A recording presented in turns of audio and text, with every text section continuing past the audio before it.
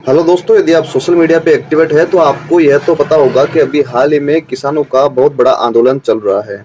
उसके पीछे का रीजन क्या है और किसानों की मांग क्या है और किसानों की मांग में एमएसपी क्या है और सरकार एमएसपी को क्यों नहीं लागू करना चाहती, इन सभी सवालों के जवाब आपको मिलेंगे इस वीडियो में। तो दोस्तों, आपको बता दूं कि इस वीडियो को आपको स्किप नहीं करना और एंड तक देखना है, तो आपके सारे सवाल के जवाब आपको मिल जाएंगे। तो शुरू करते हैं आज का वीडियो। हमारे चैनल को सब्सक्राइब जरूर करें। तो दोस्तों, पंजाब के किसान अपनी मांगों को लेकर सड़कों पर उतरे हैं। बीते 9 दिनों से किसान पंजाब और हरियाणा के शंभू बॉर्डर पर डेरा डाले हुए हैं। सरकार से चौथे राउंड की बातचीत भी बेनतीजा रहने के बाद किसानों ने 21 फरवरी को दिल्ली मार्च का ऐलान किया था।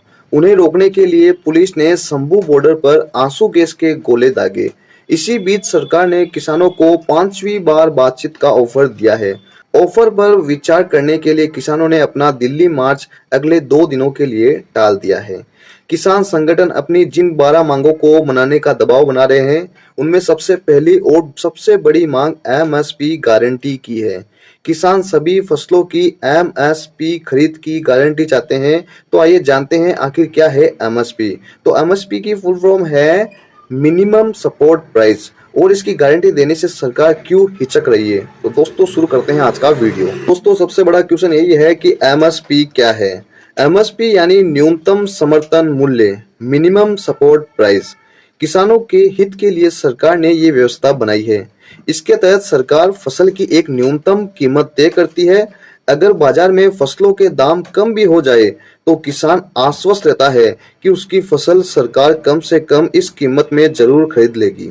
आमतौर पर एमएसपी किसान की लागत से कम 1.5 गुना ज्यादा होती है। हालांकि एमएसपी सरकार की नीति है, कानून नहीं। इसे सरकार घटा बढ़ा सकती है, चाहे तो इसे बंद भी कर सकती है। किसानों को यही डर सताता है। आंदोलन की वजह और गारंटी मांगने की वजह भी यही है। तो दोस्तों, अगला क्वेश्चन ये है कि कब होता है एमएसपी का ऐलान। तो आपको बता दें कि सरकार साल में 2 बार यानी एक बार खरीफ की फसल और एक बार रबी की फसल के दौरान एमएसपी का ऐलान करती है। खरीफ की फसल उन फसलों को कहते हैं जिन्हें जून जुलाई में बोते हैं और अक्टूबर के आसपास काटते हैं, जबकि रबी की फसल सर्दियों के मौसम में अक्टूबर से दिसंबर तक लगाई जाती है। रबी की फसलों में गेहूं, आलू, मटर, चना, अलसी, सरसों और जौ प्रमुख रूप से शामिल है। आगे आपको बता दें कि अभी कितने फसलों के लिए होता है एमएसपी का ऐलान। तो आपको बता दें कि अभी तक सरकार 23 फसलों के लिए एमएसपी का ऐलान करती है। इनमें 7 अनाज है: धान, गेहूं, ज्वार, बाजरा, जौ, रागी और मक्का। 3 किस्म की दालें हैं: अरहर, तूर, चना, मूंग, उड़द और मसूर। 7 तिलहन है: मूंगफली, सरसों, सोयाबीन, तोरिया, तिल, सूरजमुखी बीज, कुसुम बीज यानी सनफ्लावर सीड्स और रामतिल बीज। इसके अलावा 4 अन्य फसलों कच्चा कपास, कच्चा जूट, नारियल और गन्ने के लिए भी सरकार एमएसपी तय करती है। राज्य सरकार भी इसे लागू कर सकती है। आगे आपको बता दें कि सरकार सभी फसलों पर एमएसपी देती है। ये कैसे तय होता है? तो फसलों का उचित दाम दिए जाने के लिए केंद्र सरकार ने 1965 में कृषि लागत और मूल्य आयोग यानी commission for agriculture cost and price का गठन किया था। सीएसीपी की एमएसपी तय करता है। देश में पहली बार 1966 से 67 में एमएसपी की दर से फसलों की खरीदी की गई थी। आगे का क्वेश्चन ये है कि एमएसपी कैसे तय किया जाता है।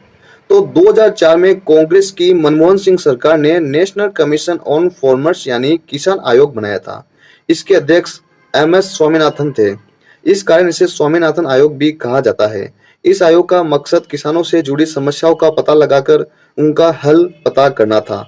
दिसंबर 2004 में अक्टूबर 2006 के बीच किसान आयोग ने 5 रिपोर्ट तैयार की थी। इसमें सबसे महत्वपूर्ण रिपोर्ट एमएसपी को लेकर थी। आयोग ने बताया कि एमएसपी क्या होना चाहिए। आयोग ने जो रिपोर्ट दी थी उसके आधार पर यूपीए सरकार किसान आयोग की जगह राष्ट्रीय किसान नीति लाई।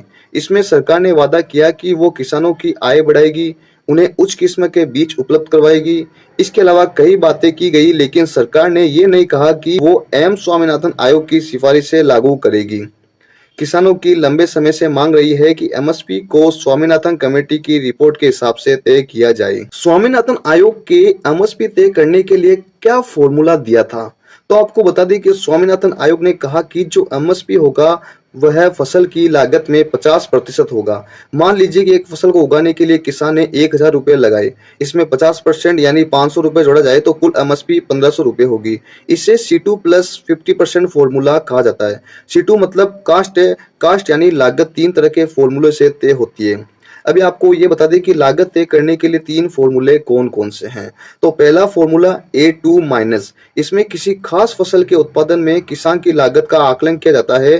किसान की लागत आंकने के लिए बीज, खाद, कीटनाशक, बीज और ली गई जमीन, मजदूरों की लागत, मशीनरी और ईंधन की कुल लागत देखी जाती है। दूसरा फॉर्मूला A2 प्लस फॉर्मूला, इसमें फसल पर किसान की लागत और उसके परिवार की मजदूरी की कीमत भी तय की जाती है। अमूमन किसान खेतों में अपने पूरे परिवार के साथ मेहनत करते हैं, इस लागत से उनके परिवार की मेहनत को भी शामिल किया गया है। तीसरा फॉर्मूला है C2, ये व्यापक लागत है। इसमें A2 प्लस फॉर्मूला तो होता ही है, साथ ही इसमें अपनी जमीन के किराए की कीमत भी शामिल की जाती है। इसके अलावा फिक्स्ड कैपिटल यानी अचल पूंजी पर ब्याज और लीज पर ली गई जमीन का किराया भी शामिल होता है। स्वामीनाथन आयोग ने सिफारिश की थी कि एमएसपी देश भर में उत्पादन की औसत लागत C2 से कम 50% ज्यादा दिया जाए, यानी 1.5 गुना दिया जाए। लेकिन सरकार एमएसपी के लिए लागत C2 नहीं बल्कि A2 प्लस फॉर्मूला को मानती है और उसके अखिल भारतीय औसत से 1.5 गुना देती है। आसान भाषा में फिर से कहा जाए तो स्वामीनाथन आयोग ने एमएसपी तय करने के लिए C2 के 1.5 गुना लागत की सिफारिश की थी, लेकिन सरकार A2 प्लस फॉर्मूला का 1.5 गुना के आधार पर एमएसपी तय करती है। 2018 में सरकार ने कहा था कि हम लागत का 1.5 गुना देंगे। 2018 के बजट में वित्त मंत्री अरुण जेटली ने बजट भाषण में कहा था कि हम किसानों को लागत का 1.5 गुना देने जा रहे हैं। आगे अब जानकारी आई तो पता चला कि वो 1.5 गुना A2 प्लस फॉर्मूला लागत का था। कुल मिलाकर किसान को वो नहीं मिला जो वो चाह रहे थे, जो स्वामीनाथन कमेटी ने सिफारिश की थी। किसान चाहते हैं कि एमएसपी तय करने के लिए स्वामीनाथन आयोग की सिफारिश लागू की जाए। आगे आपको बता दें कि एमएसपी को लेकर सरकार ने कमेटी बनाई थी, उससे क्या काम किया।